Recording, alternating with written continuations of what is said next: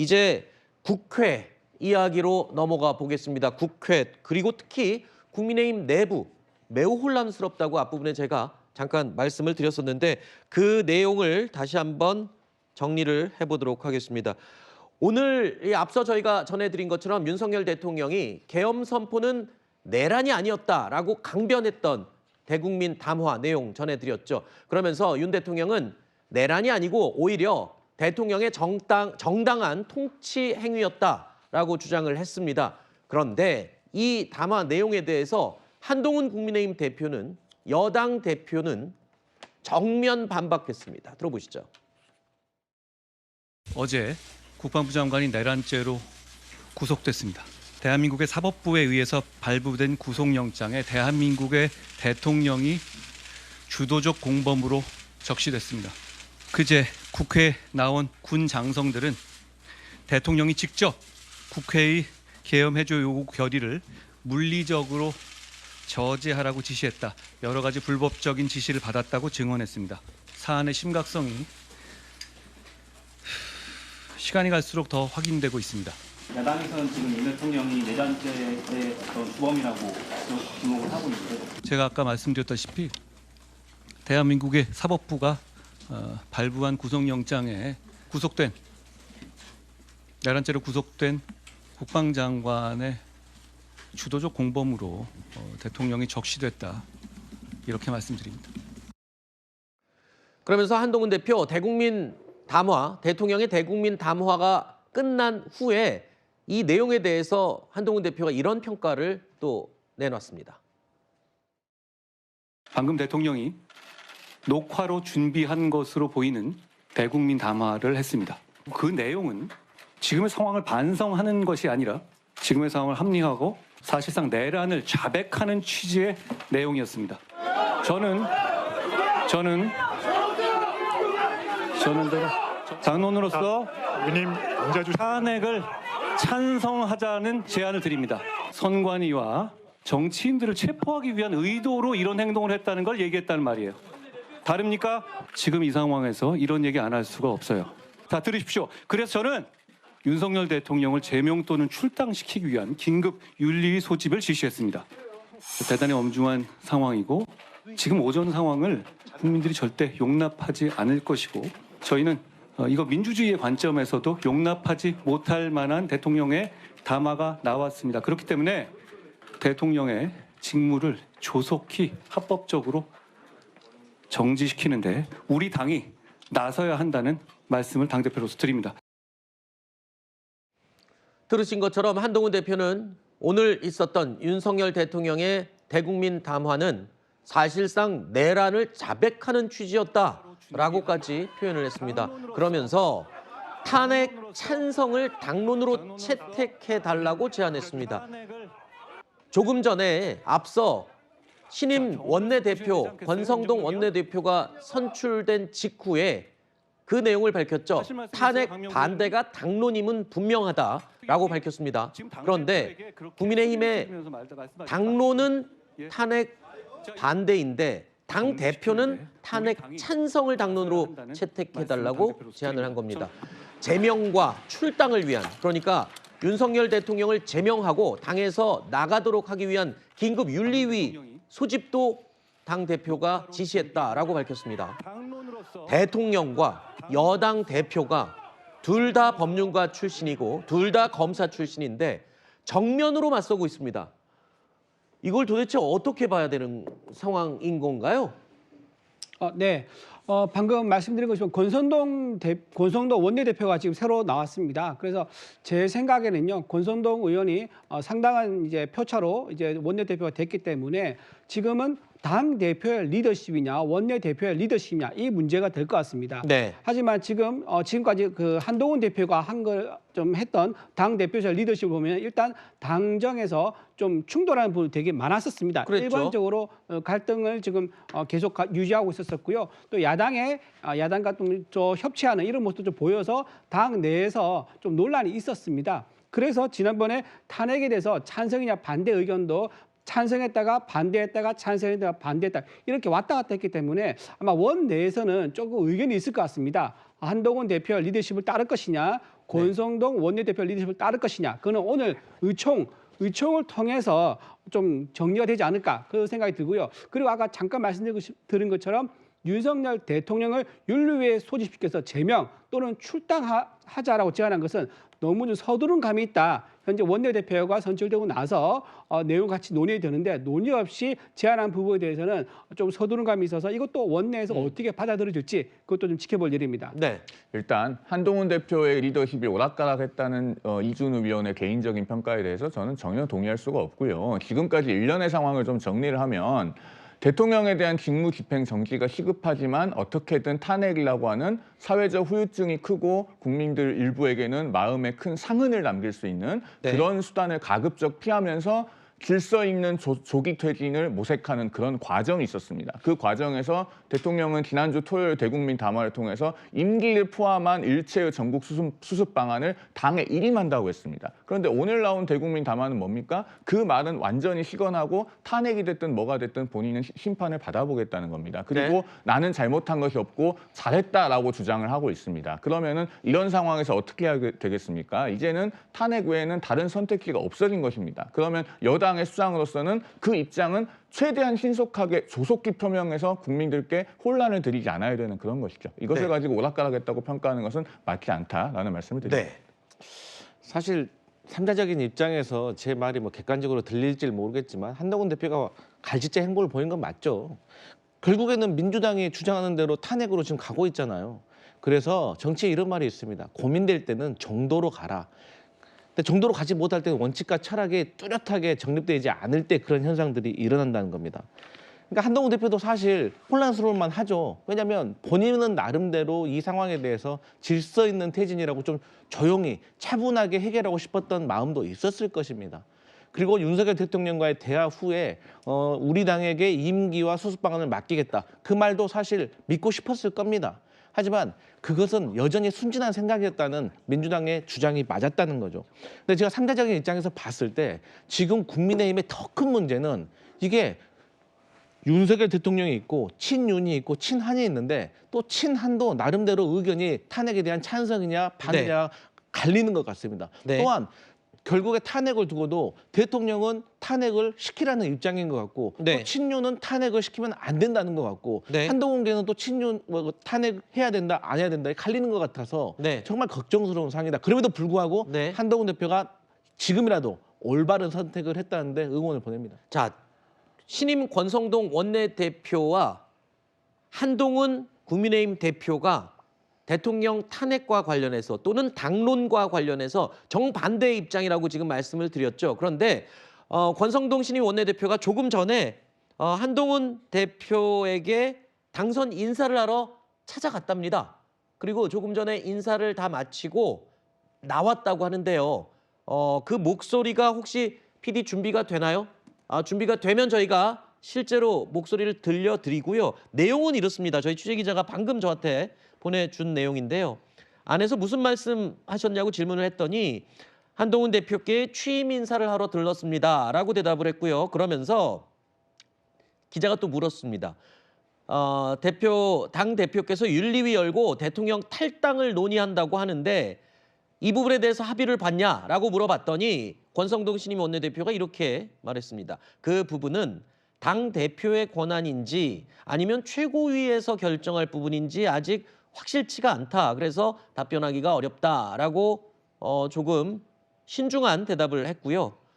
이와 관련해서 특별한 논의가 있었냐 그랬더니 아직은 논의하지 않았다라고 이야기를 했습니다. 오늘 막 선출된 신임 원내대표이기 때문에 뭐라고 지금 강력하게 입장을 얘기를 하지 않았습니다. 정리가 아직 되지 않았기 때문일 수도 있고요. 지금 공개적으로 당대표와 또 부딪히는 모습을 또 보일 수는 없겠죠. 그래서 조금 전에 당대표에게 인사를 하고 나왔다는 소식까지 지금 이야기를 해봤습니다.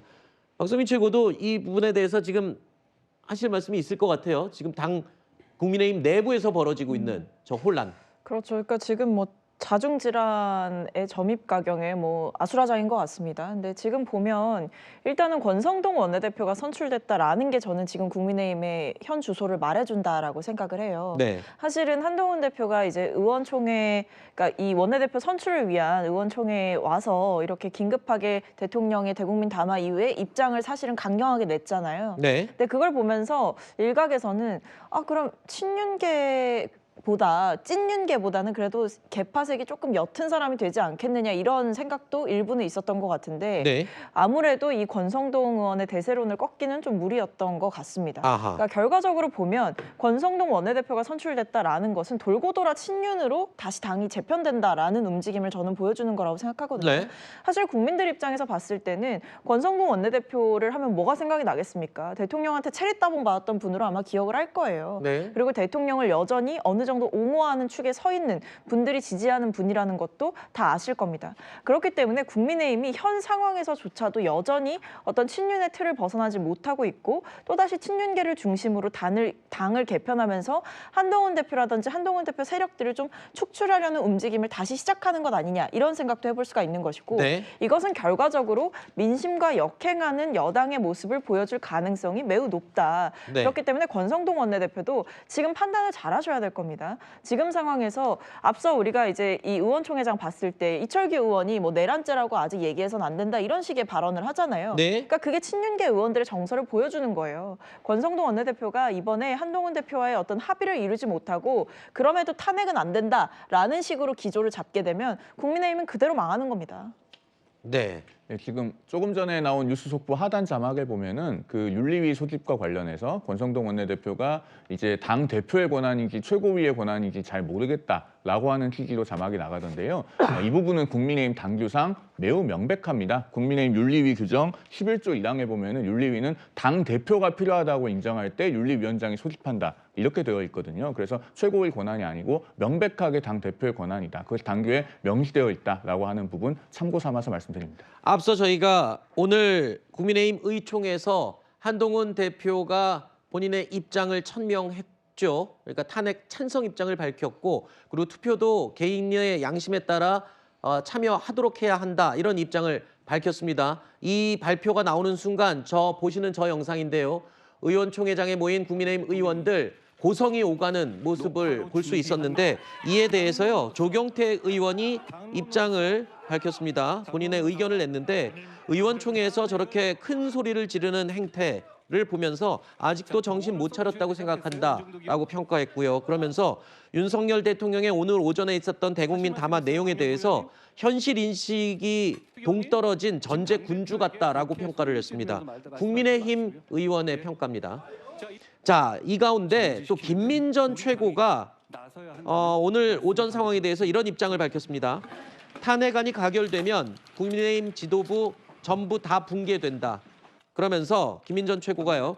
최고위가 붕괴되면 한동훈 대표도 마찬가지다. 지금 국민의힘 내부 분위기를 한마디로 표현하자면 두 팀으로 완전히 갈렸습니다. 뭐 이러다가 분당까지 가야 되는 거 아니냐는 얘기까지 들리던데요.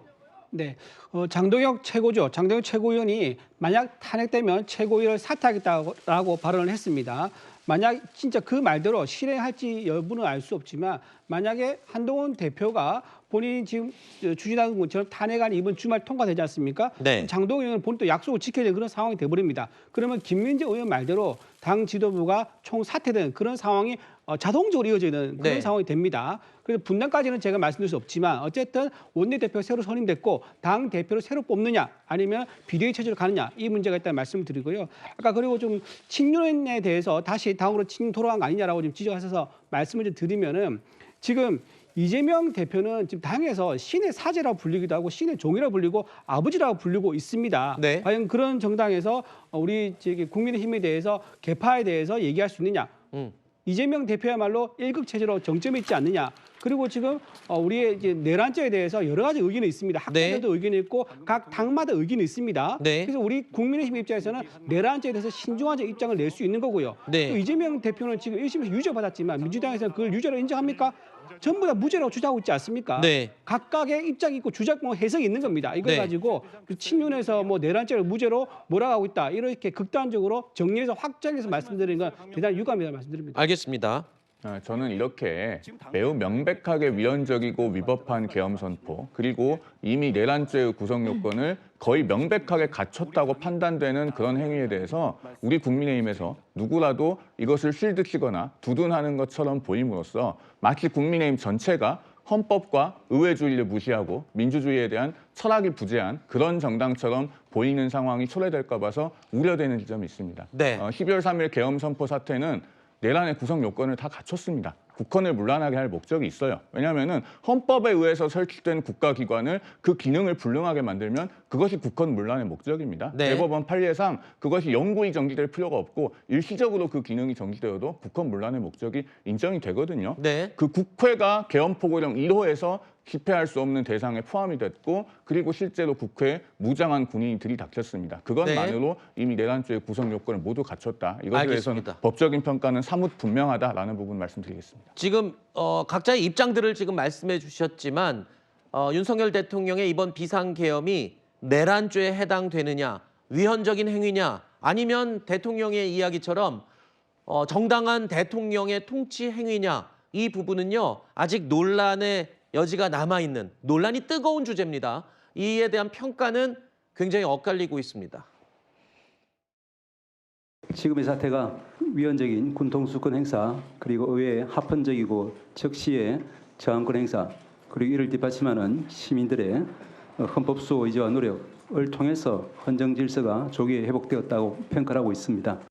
1997년 대법원 판례를 보면은 비상계엄은 고도의 정치행위, 통치행위로 보고 있습니다. 제가 이런 말씀을 드린 이유는 정치적인 판단하고 법률적인 판단은 다르다는 겁니다. 대통령의 명예에 의해서 군대가 국회에 총을 들고 들어왔습니다. 그거를 통치행위로 얘기한다는 것이 말이 됩니까? 같은 국회의원으로서. 윤상현 의원의 저 발언이 지금 굉장히 좀 논란이 됐었죠. 지난 1997년 대법원 판례를 예로 든 건데 이번 계엄은 고도의 통치 행위로서 처벌할 수 없다는 주장을 펼쳤습니다. 마침 오늘 오전에 있었던 대통령의 담화문 내용과도 결을 아주 같이 하는 내용입니다. 1997년 대법원 판례는 이 내용입니다. 전두환, 노태우, 신군부 내란죄에 대한 대법원의 전원 합의체 판결로 보이는 그런 내용인데요. 당시 대법원이 유죄 판단을 내렸던 걸로 지금 알려지고 있는데 고도의 정치 행위다, 아니다. 이 부분에 대한 의견이 지금 아직도 논란이 되는 부분인 거잖아요. 아니요. 판결문의 대법원 판례의 그 원문을 보면요. 네. 논란의 여지가 없는 부분입니다. 그 대법원 판례가 어떻게 판시를 하고 있냐면은 그 5.17 비상계엄 전국 확대의 내란죄 여부에 대해서 판단을 한 판결 아니겠습니까? 네. 그때 대법원에서 뭐라고 전원합의체에서 판결을 했냐면은 계엄이 확대됨으로써 이제 어떤 그 외부의 효과, 그러니까 그 협박 어떤 행위를 위축시키는 그런 효과들이 발생을 하죠. 그런 것이 법률에 의해서 당연하게 발생되는 효과라고 할지라도 그것이 국헌 문란의 목적을 갖고 이용된 것이면은 그 내란죄 성립 여부는 사법심사의 대상이다. 법원의 유무죄 판단 대상이다라고 하는 부분을 명확히 한 것이 1997년 대법원 판례입니다. 네. 그 통치행위라고 하는 부분은 윤상현 의원께서 그 판례의 전체 내용을 다 인용한 것이 아니고 극히 네. 일부분의 내용을 갖고 말씀하신 것이다라는 부분 말씀드리겠습니다. 일부 그러니까 고도의 정치 행위라고 인정한 건 대법원에서도 소수의 의견이었다. 뭐 이런 얘기도 있고요. 맞습니까?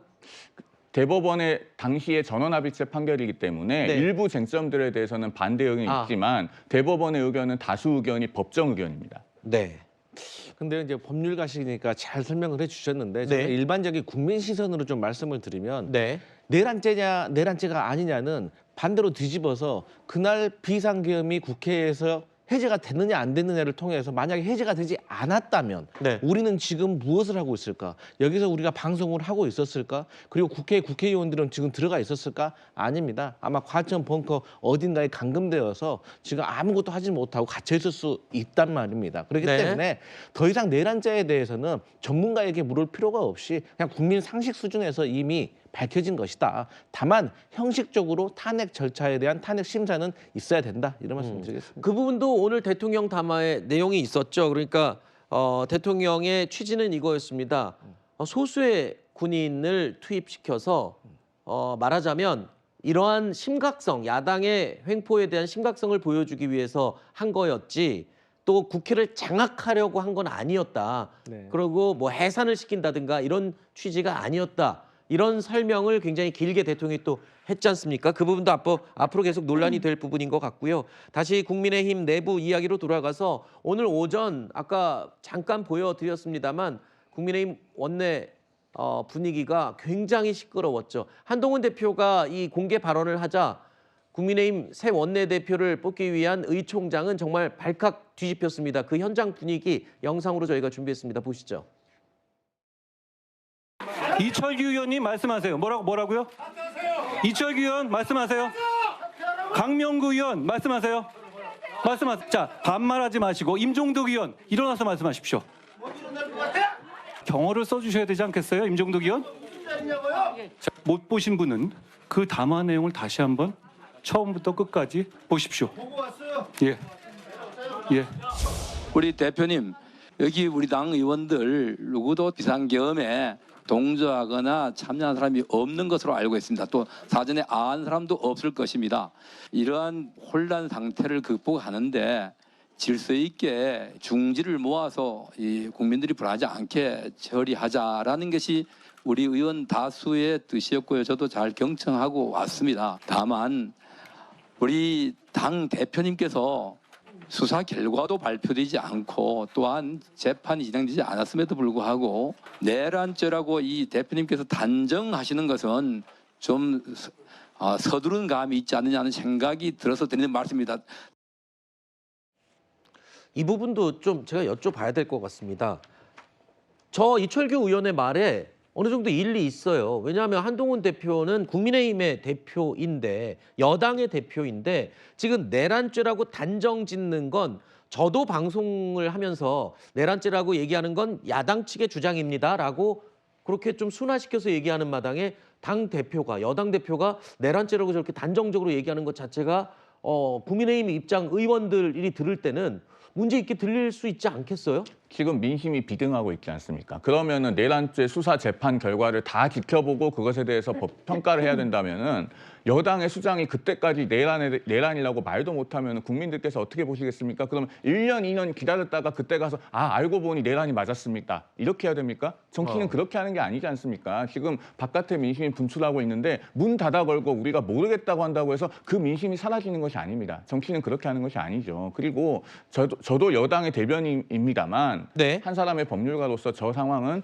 내란이 맞아요. 왜냐하면은 형법에서 우리가 내란죄를 규정할 때 폭동이라고 하는 단어를 쓰는데 네. 폭동이라고 하니까 정말 뭔가 무장해서 걸기를 해야 되는 것처럼 오해를 할 수가 있습니다만은 거기서 말하는 폭동은 우리가 최광의의 폭행 협박이라고 해서 가장 넓은 의미의 폭행이나 협박이 있으면 성립합니다. 즉 계엄포고령에서 국회가 아예 모이질 못하게 했습니다. 그리고 위반하면은 계엄포고령에 따라서 처단한다는 식으로 되어 있었잖아요. 그러면은 그런 계엄포고령이 반포된 것 자체로 이미 최광의의 협박이 존재합니다. 그것이 1997년에 대법원 전원합의체가 5.17 비상계엄 전국 확대 조치에 대해서 판단을 한 내용이 바로 그 법리가 여기에 그대로 적용될 수 있는 것이거든요. 그렇기 네. 때문에 여기에 대해서는 정말 어떤 다른 정치적인 의도나 목적이나 선입견을 갖지 않고 보는 법률가라면은 100이면 100 지금 내란이라고 평가하고 판단할 만한 상황입니다. 그러면은 책임 있는 여당 정치인이 이것을 애써 외면하고 문 닫아 걸고 모른 척하면 점점 국민들로부터 국민의힘은 소외되고 나중에는 고립되는 길만 남게 됩니다. 그 길을 가지 않게 할 책무가 지금 여당의 대표를 비롯해서 모든 정치인들에게 있다. 저는 그렇게 생각합니다.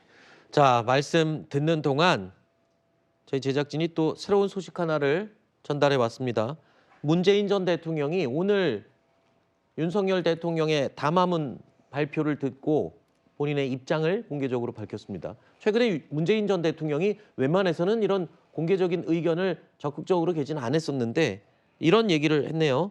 현 정부에서 이어졌던 이해할 수 없는 기괴한 일들이 정점에 이르렀다라면서 시간을 더 끌면 안 될 비정상적인 상황이다. 국회의 결단이 시급하다라고 본인 SNS에 입장을 밝혔습니다. 세계가 주시하고 있는 이 경악스러운 상황을 국회가 하루빨리 종식시키고 국민들에게 평온을 돌려줄 것을 촉구한다라는 입장을 SNS에 문재인 전 대통령이 올렸습니다.